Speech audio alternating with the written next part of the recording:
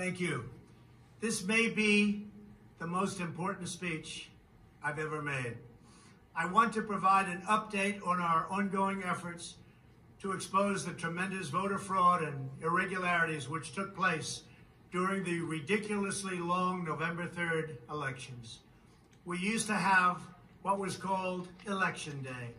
Now we have election days, weeks and months, and lots of bad things happened during this ridiculous period of time, especially when you have to prove almost nothing to exercise our greatest privilege, the right to vote. As president, I have no higher duty than to defend the laws and the Constitution of the United States. That is why I am determined to protect our election system, which is now under coordinated assault and siege. For months leading up to the presidential election, we were warned that we should not declare a premature victory. We were told repeatedly that it would take weeks, if not months, to determine the winner, to count the absentee ballots, and to verify the results. My opponent was told to stay away from the election. Don't campaign. We don't need you. We've got it. This election is done. In fact, they were acting like they already knew what the outcome was going to be. They had it covered, and perhaps they did, very sadly for our country. It was all very, very strange. Within days after the election, we witnessed an orchestrated effort to anoint a winner, even while many key states were still being counted. The constitutional process must be allowed to continue. We are going to defend the honesty of the vote by ensuring that every legal ballot is counted and that no illegal ballot is counted. This is not just about honoring the votes of 74 million Americans who voted for me. It's about ensuring that Americans can have faith in this election and in all future elections. Today, I will detail some of the shocking irregularities, abuses, and fraud that have been revealed in recent weeks. But before laying out just a small portion of the evidence we have uncovered, and we have so much evidence, I want to explain the corrupt mail-in balloting scheme that Democrats systematically put into place that allowed voting to be altered, especially in swing states, which they had to win. They just didn't know that it was going to be that tough because we were leading in every swing state by so much, far greater than they ever thought possible. While it has long been understood that the Democrat political machine engages in voter fraud from Detroit to Philadelphia to Milwaukee, Atlanta, so many other places. What changed this year was the Democrat Party's relentless push to print and mail out tens of millions of ballots sent to unknown recipients with virtually no safeguards of any kind. This allowed fraud and abuse to occur on a scale never seen before.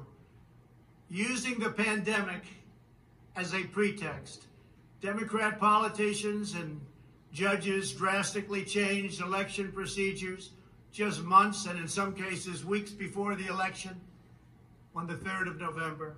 Very rarely were legislatures involved, and constitutionally they had to be involved. But very, very rarely, and you'll see that as we continue to file our suits, it's constitutionally absolutely incorrect what took place, even from a legal standpoint.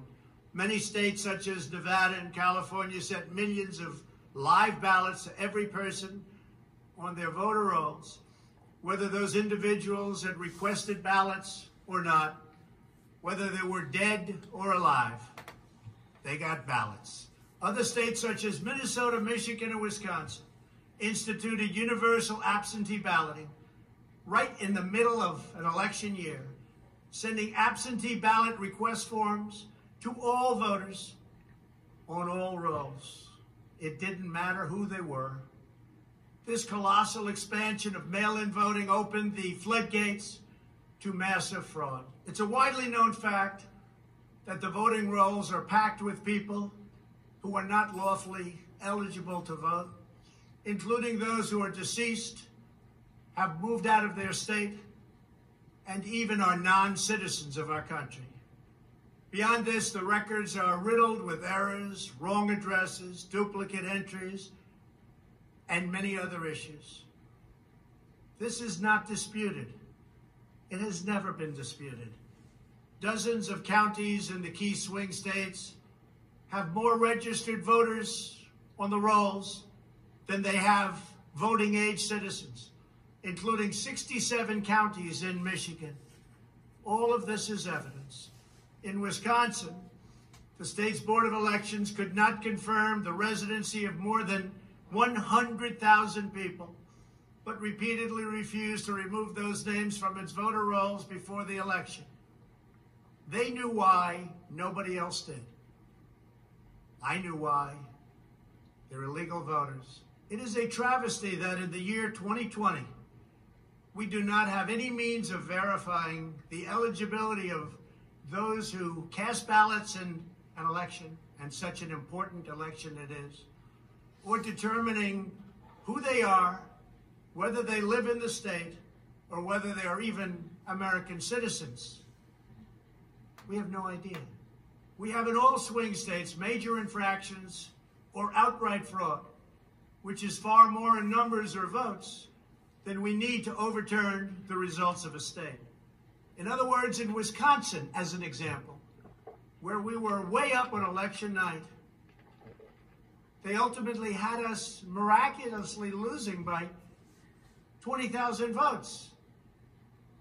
And I can show you right here that Wisconsin, we're leading by a lot. And then at 3:42 in the morning, there was this.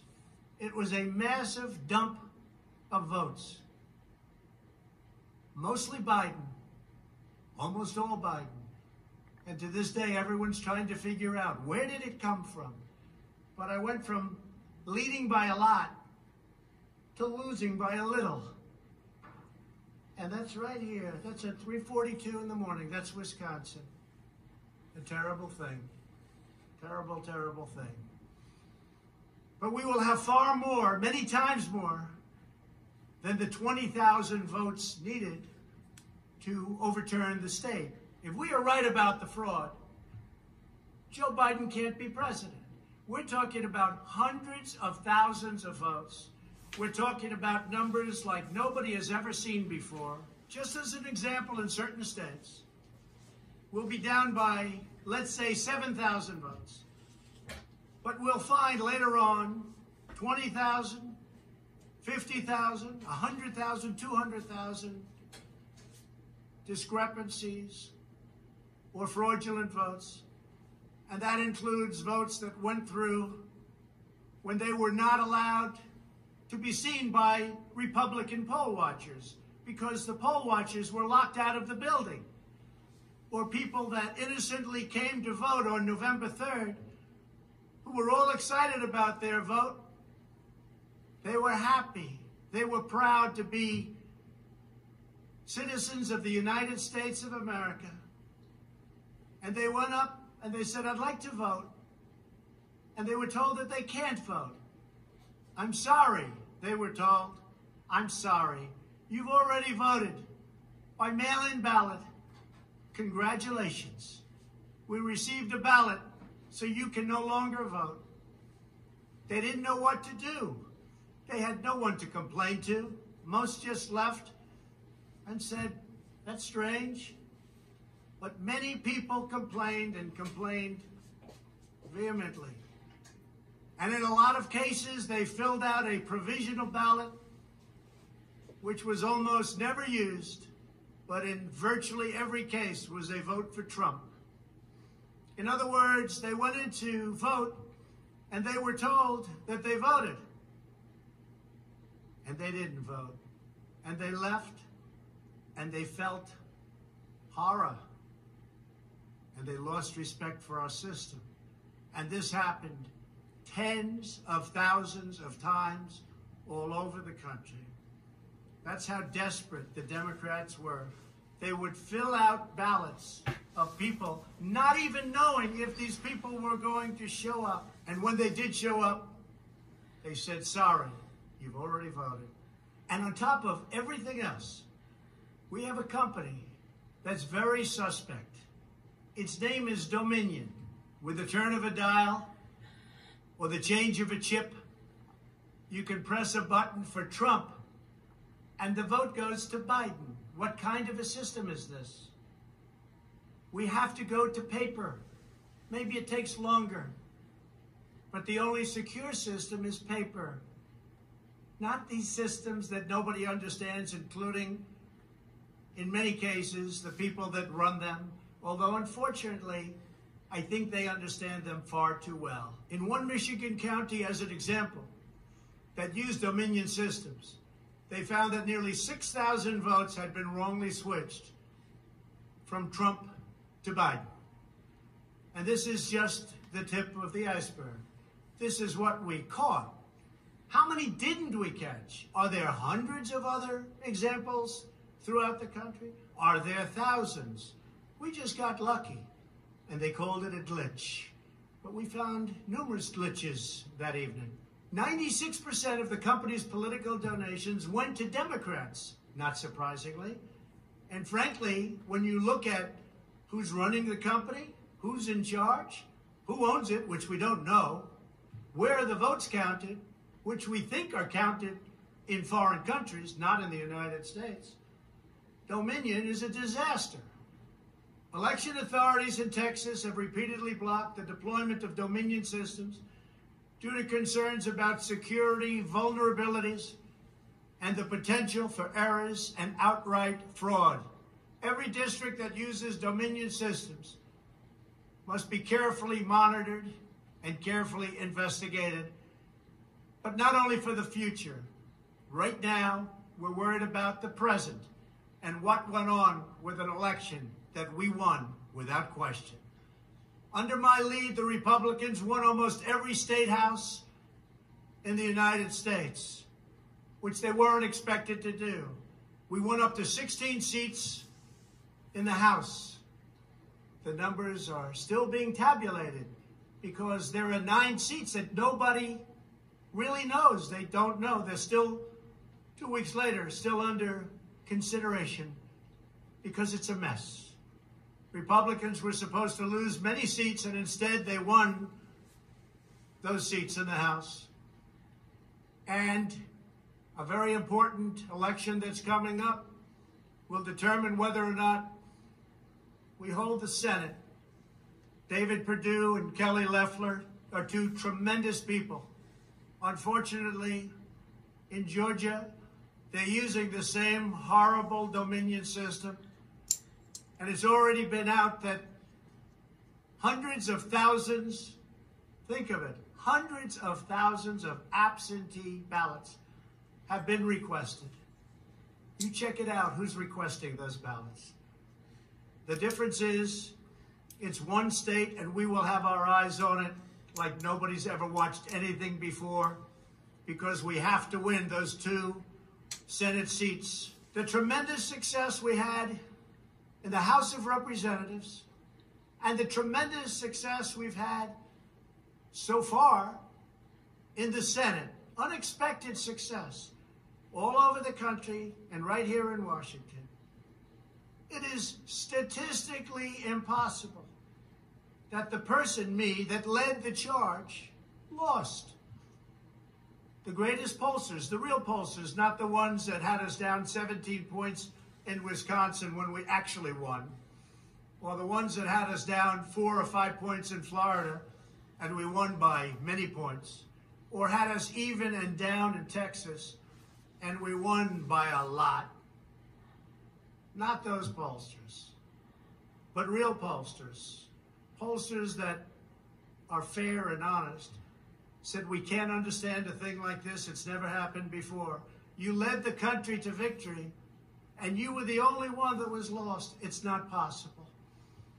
The Speaker of the House of a certain state said, sir, I expected to lose my seat.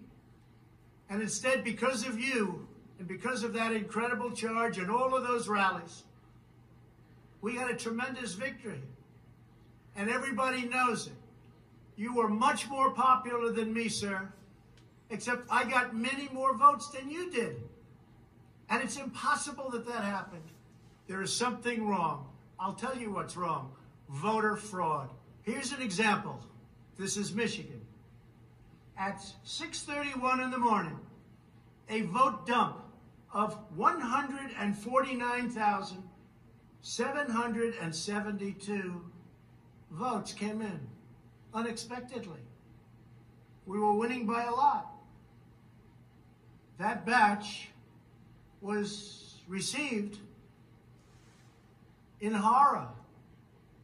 Nobody knows anything about it. By the way, there's your line. This is one of many. Here's what is normal. And all of a sudden, look at that. This is normal. Normal. Look, even here. Normal.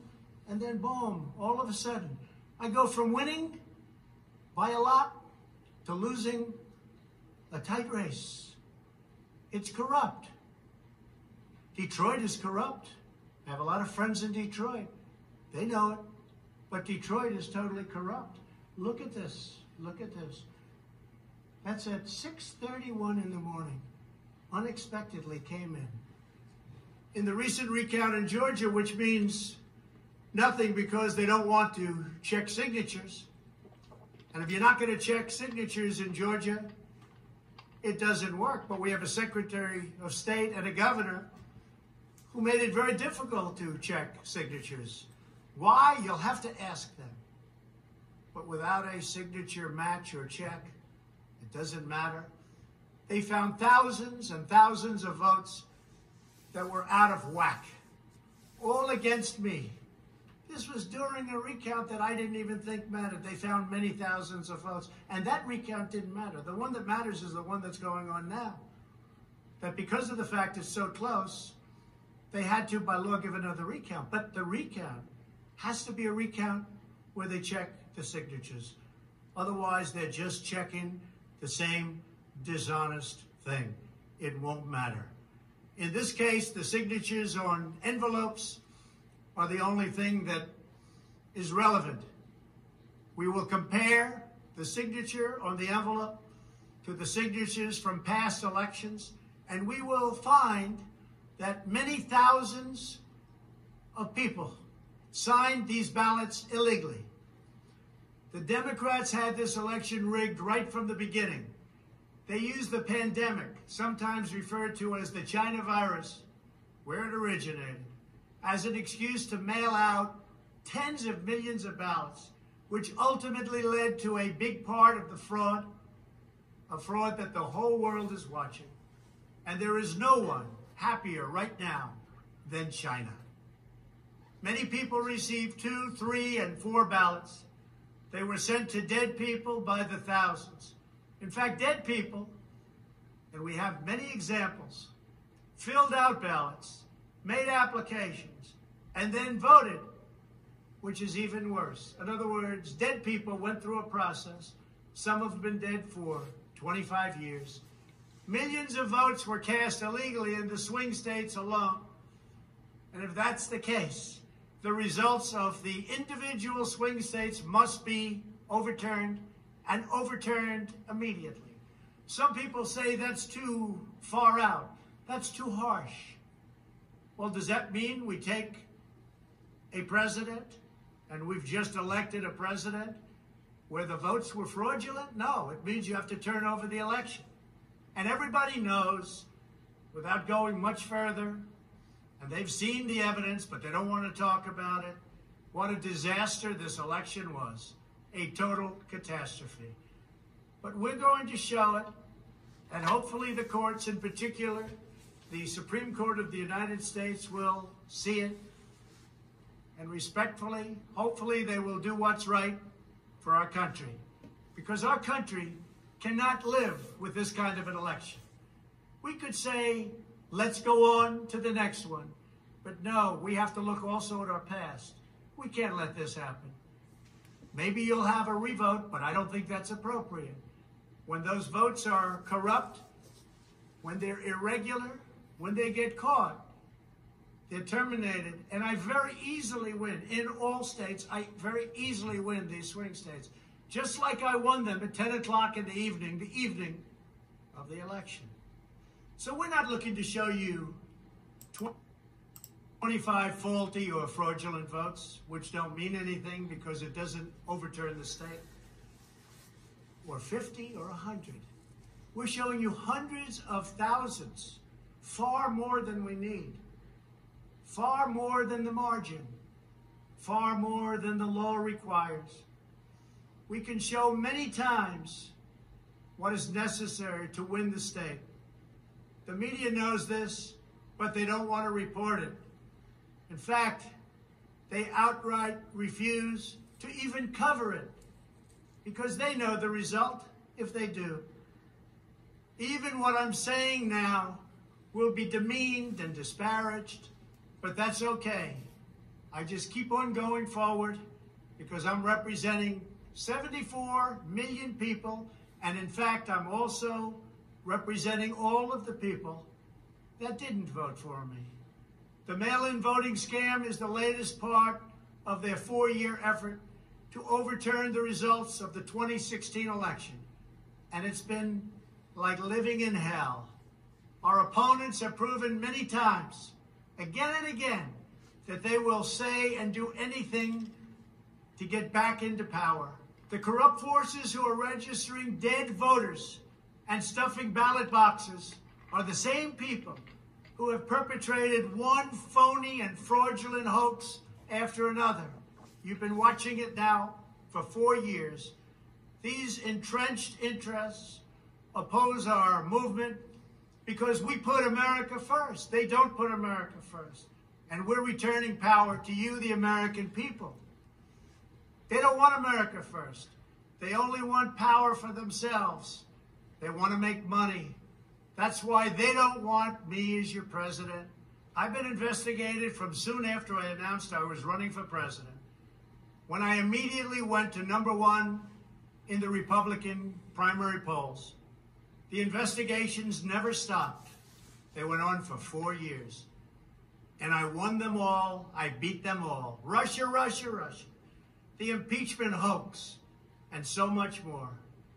Robert Mueller spent $48 million of taxpayer money investigating me for 2.5 years, issued over 2,800 subpoenas, executed nearly 500 search warrants, issued 230 orders for communications records, and conducted 500 witness interviews, all looking to take me down. There was no collusion in the end, none whatsoever. Senator Marco Rubio, the head of the Senate Intelligence Committee, stated the committee found no evidence that then-candidate Donald Trump or his campaign colluded with the Russian government. And I thank Senator Rubio for that statement. Now I hear that these same people that failed to get me in Washington have sent every piece of information to New York so that they can try to get me there. It's all been gone over and over again. For $48 million, you go through tax returns, you go through everything. The New York Attorney General, who recently ran for office, campaigned without knowing me, stating, "We will join with law enforcement and other attorneys general across this nation in removing this president from office." I never met her. It's important that everybody understand, she said, that the days of Donald Trump are coming to an end. And all it's been is a big investigation in Washington and New York and any place else that can investigate. Because that's what they want to do. They want to take not me, but us down. And we can never let them do that. Everything's been looked at. A friend of mine who's very smart said, "You've probably seen more than anybody else. You've probably been investigated more than anybody else. And for you to come out with a clean bill of health makes you probably the cleanest person in this country." Some people in this administration, but fortunately not all, have been beaten down and disparaged. They just disappeared. Nobody knows what happened to them. Why aren't they active? Why aren't they involved? There's so much to be involved in. The corruption is so rampant. They just couldn't take it anymore. They were threatened by Democrats with impeachment, and horrible things were said about them, and they're good people. Even recently, the head of the GSA was hounded and harassed, as she reported, like she has never been before. What can I say? We caught Comey cold. We caught McCabe cold. We caught them all. We're still waiting for a report from a man named Durham, who I have never spoken to and I have never met. They can go after me before the election as much as they want. But unfortunately, Mr. Durham didn't want to go after these people or have anything to do with going after them before the election. So who knows if he is ever going to even do a report. But if you look at the lies and the leaks and the illegal acts and behavior done by so many people in their desire to hurt the President of the United States, something should happen. The hardest thing I have to do is explain why nothing is happening with all of these people that got caught spying on my campaign. It's never happened before, and it should never happen again to a president of the United States. All you have to do is watch the hearings and see for yourself. The evidence is overwhelming. The fraud that we've collected in recent weeks is overwhelming, having to do with our election. Everyone is saying, wow, the evidence is overwhelming when they get to see it. But really, it's too late to change the course of an election. It's too late to change the outcome. In fact, there is still plenty of time to certify the correct winner of the election. And that's what we're fighting to do. But no matter when it happens, when they see fraud, when they see false votes, and when those votes number far more than is necessary, you can't let another person steal that election from you. All over the country, people are together in holding up signs, "Stop the Steal." To understand how we will challenge this fraud, it is important to know the problems with mail-in balloting. Pennsylvania, Michigan, Nevada, Georgia, Arizona, and most other states allowed anyone to get an absentee ballot and cast their vote without showing any ID. The voting took place entirely on the honor system. No identification of any kind was required. Most Americans would also be shocked to learn that no state in the country verifies United States citizenship as a condition for voting in federal elections. This is a national disgrace. No other advanced country conducts elections this way. Many European countries have instituted major restrictions on mail-in voting specifically because they recognize the nearly unlimited potential for fraud. Out of 42 European nations, all but 2 prohibit absentee ballots entirely for people who reside inside the country, or else they require those who need absentee ballots to show a very, very powerful ID. Throughout the Democrat effort to dramatically expand mail-in voting, the Democrat Party leaders were also feverishly working to block measures designed to protect against fraud, such as signature verification, residency verification, or voter ID. And citizenship confirmation was almost unthought of that we should ask for it. Can you believe this? These are not the actions of people who want fair elections. These are the actions of people who want to steal elections, who are willing to create fraud. The only conceivable reason why you would block common sense measures to verify legal eligibility for voting is you are trying to encourage, enable, solicit, or carry out fraud. It is important for Americans to understand that these destructive changes to our election laws were not a necessary response to the pandemic. The pandemic simply gave the Democrats an excuse to do what they have been trying to do for many, many years. In fact, the very first bill that House Democrats introduced when Nancy Pelosi became Speaker was an attempt to mandate universal mail-in voting and eliminate measures such as voter ID, which is so necessary. Dramatically eroding the integrity of our elections was the Democrats' #1 priority for a simple reason. They wanted to steal the 2020 presidential election. All of the Democrat efforts to expand mail-in balloting laid the groundwork for the systematic and pervasive fraud that occurred in this election. In Pennsylvania, large amounts of mail-in and absentee ballots were processed illegally and in secret in Philadelphia and Allegheny counties without our observers present. They were not allowed to be present. In fact, they weren't even allowed in the same room. They were thrown out of the building, and they looked from outside in, but they had no way of even seeing because there were no windows, and the windows that were there were boarded up. Democrats even went to the Pennsylvania Supreme Court to block observers from receiving access. There is only one possible reason that the corrupt Democrat political machine would oppose transparency during the vote counting. It's because they know they are hiding illegal activity. It's very simple. This is an egregious, inexcusable, and irreversible harm that stains the entire election.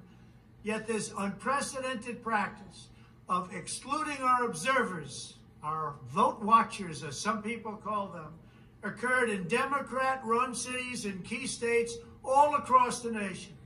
Here are just some of the additional facts that we've uncovered. Many voters all across Pennsylvania received 2 ballots in the mail, and many others received mail-in ballots for which they never applied.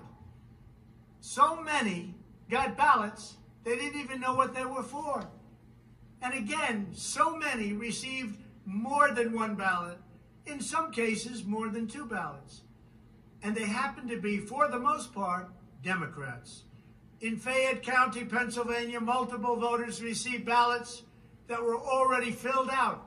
They didn't know what happened. In Montgomery County, Pennsylvania, a poll watcher overheard unregistered voters being told to return later to try to vote under a different name. Tens of thousands of voters across Pennsylvania were treated differently based on whether they were Republicans or Democrats.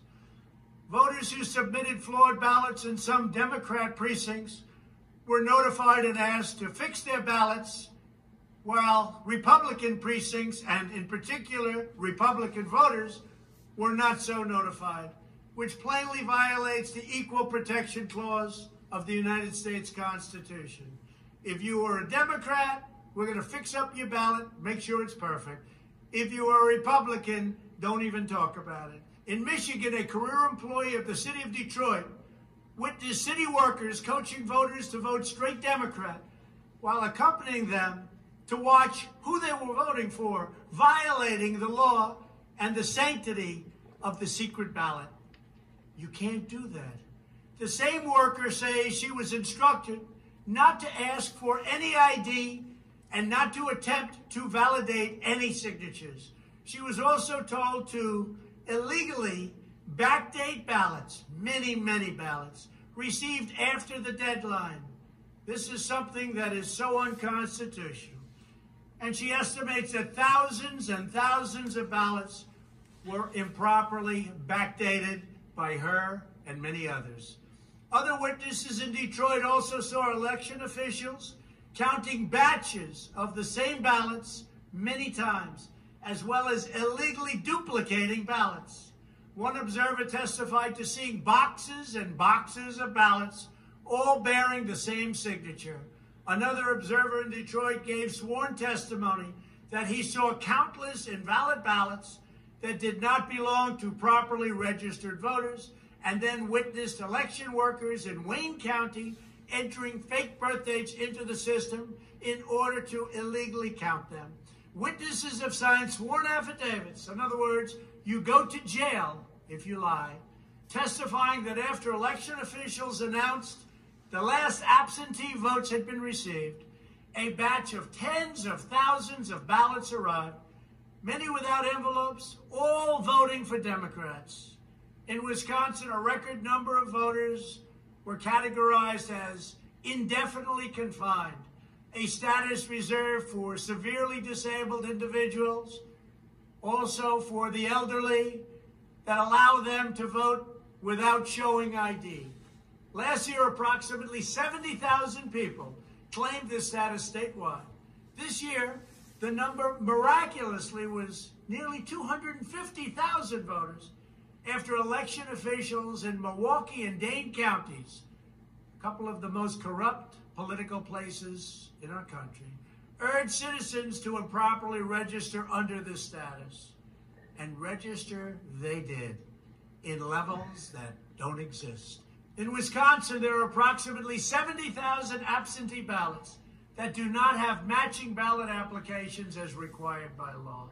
In Georgia, 9 observers have testified to seeing countless irregular ballots without the creases or typical markings indicating that the ballots did not arrive in envelopes as required. A poll watcher in Fulton County estimated that approximately 98% of the large number of unusually pristine ballots that she witnessed were for Biden. A highly unusual number. In addition, thousands of uncounted ballots were discovered in Floyd, Fayette, and Walton counties weeks after the election. And these ballots were mostly from Trump voters. They weren't counted. They were from Trump voters. In Detroit, everybody saw the tremendous conflict and the horrible way that the 2 Republican canvassers were treated, so horribly, because they wouldn't vote when they saw that 71% of the precincts didn't balance. And also, there were more votes than there were voters. Think of that.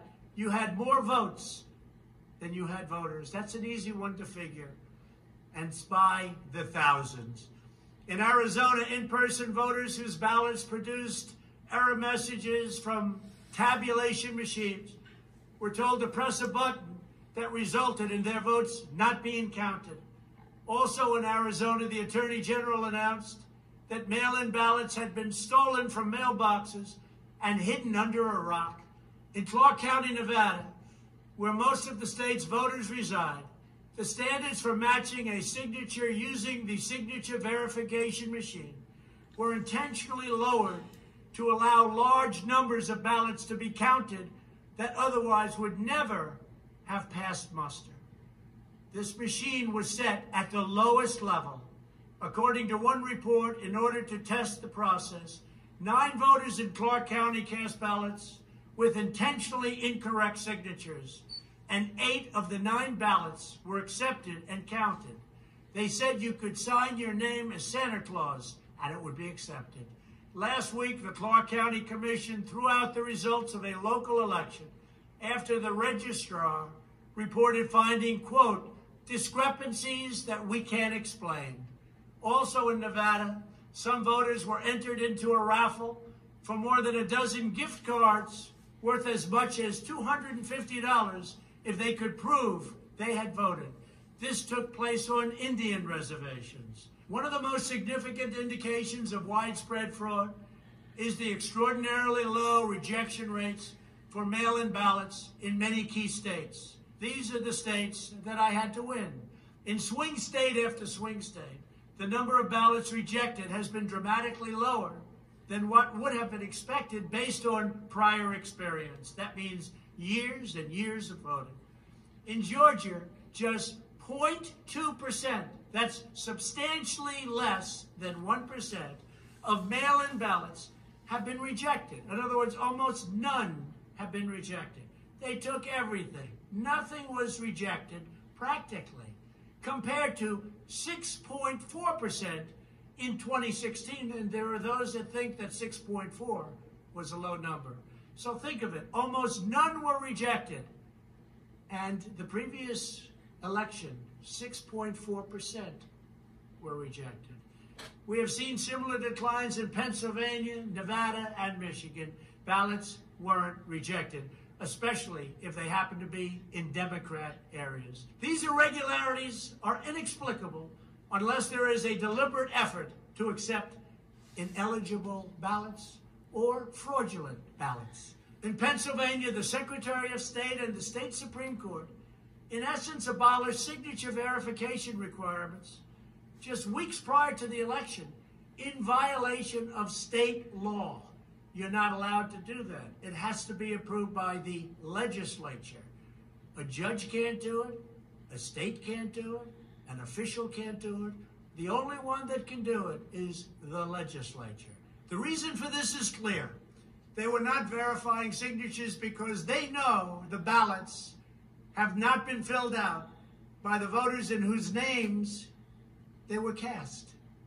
In other words, people filled them out that had nothing to do with the names on the ballot. A simple recount of the ballots under these circumstances only compounds the fraud.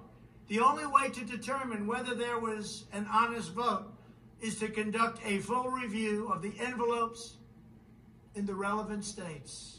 You will find that many of them, tens of thousands, have fraudulent signatures. A full forensic audit is required to ensure that only legal ballots from lawfully registered voters that were properly cast are included in the final count. This election is about great voter fraud, fraud that has never been seen like this before. It's about poll watchers who were not allowed to watch. So illegal. It's about ballots that poured in, and nobody but a few knew where they came from, but they were counted, and they weren't for me. It's about big leads on election night, tremendous leads, leads where I was being congratulated for a decisive, easy victory, and all of a sudden, by morning or a couple of days later, those leads rapidly evaporated. It's about numbers of ballots that were sent that nobody knew where they came from. It's about machinery that was defective, machinery that was stopped during certain parts of the evening, miraculously to open with more votes. It was about many other things, but above all, it was about fraud. This election was rigged. Everybody knows it. I don't mind if I lose an election, but I want to lose an election fair and square. What I don't want to do is have it stolen from the American people. That's what we're fighting for, and we have no choice to be doing that. We already have the proof, we already have the evidence, and it's very clear. Many people in the media, and even judges so far, have refused to accept it. They know it's true, they know it's there, they know who won the election, but they refuse to say, you're right. Our country needs somebody to say you're right. Ultimately, I am prepared to accept any accurate election result. And I hope that Joe Biden is as well. But we already have the proof. We already have tens of thousands of ballots more than we need to overturn all of these states that we're talking about. This is an election for the highest office in the greatest country in the history of the world. Every reasonable American should be able to agree, based on what we have already documented, that we need a systematic analysis of the mail-in ballots to review the envelopes. It's about the signature. And if they're on the envelopes, we can only review the envelopes, and that will tell us everything. This is the absolute minimum we should expect. This is not just about my campaign, although it has a lot to do with who's going to be your next president. This is about restoring faith and confidence in American elections. This is about our democracy and the sacred rights that generations of Americans have fought, bled, and died to secure. Nothing is more urgent or more important. The only ballots that should count in this election are those cast by eligible voters who are citizens of our country, residents of the states in which they voted, and who cast their ballots in a lawful manner before the legal deadline. Moreover, we must never again have an election in which there is not a reliable and transparent system. to verify the eligibility, identity, and residency of every single person who casts a ballot, a very, very cherished ballot. Many very smart people have congratulated me on all we've done. The biggest tax cuts in history, regulation cuts, the biggest in history.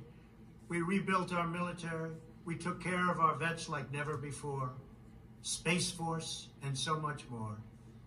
But then they went on to say, as big and as important as these events were, the single greatest achievement in your presidency will be exactly what you're doing right now. Voter integrity for our nation. It's more important than any of the things that we discussed. If we don't root out the fraud, the tremendous and horrible fraud that's taken place in our 2020 election, we don't have a country anymore. So with the resolve and support of the American people, we will restore honesty and integrity to our elections, and we will restore trust in our system of government. Thank you, God bless you, and God bless America. As always, please say a prayer for our men and women serving in the United States military, our veterans, our law enforcement officers, our first responders, their families, our angel families, our blue and gold star families, our president, and our country.